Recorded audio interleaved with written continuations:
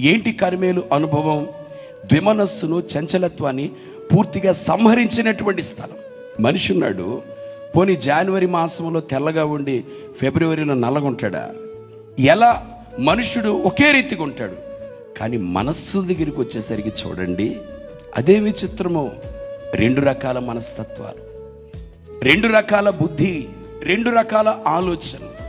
మందిరములో ఉన్నంత కాలమేమో ప్రభువును గురించి ఆత్మ సంబంధమైన, భక్తి సంబంధమైన ఆలోచనలు, మాటలు, పలకరింపులు, పాటలు.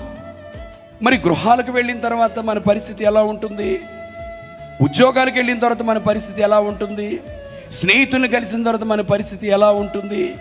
వివాహాలకు వెళ్ళినప్పుడు మన పరిస్థితి ఎలా ఉంటుంది? ఎంత మార్పు! దీన్నే చంచలత్వం అని అనేటువంటిది. ఈ వాక్యం వింటూ ఉంటుండగా ఇప్పటి వరకు ఒకవేళ ద్విమనస్సు కలిగినటువంటి ఆ మనస్సు, ఆ నడవడిక, ఆ నడిపింపులో నువ్వు ఉంటూ ఉంటే ప్రభు అంటున్నాడు, ఈరోజే దాన్ని పూర్తిగా సంహరించు. ఆ ద్విమనస్సు కలిగినటువంటి తత్వాన్ని పూర్తిగా సంహరించు. ఎప్పుడైతే లోక సంబంధమైనది నాకు ఏది వద్దు, లోక సంబంధమైన పాపం, లోక సంబంధమైనటువంటి చెడు సహవాసం, లౌకికమైన దేనికి కూడా నా హృదయం నేను అవకాశం ఇవ్వనని చెప్పి ప్రభు యొద్దకు నువ్వు పరిగెత్తుకుని వచ్చావనుకో, జరిగేదేంటో తెలుసా? మోడుబారిపోయినటువంటి నీ బ్రతుకును, ఎండిపోయినటువంటి నీ జీవితాన్ని, పనికి రాకుండా దుర్బలమైనటువంటి నీ బ్రతుకును కూడా ప్రభు ఎలా చేస్తారో తెలుసా?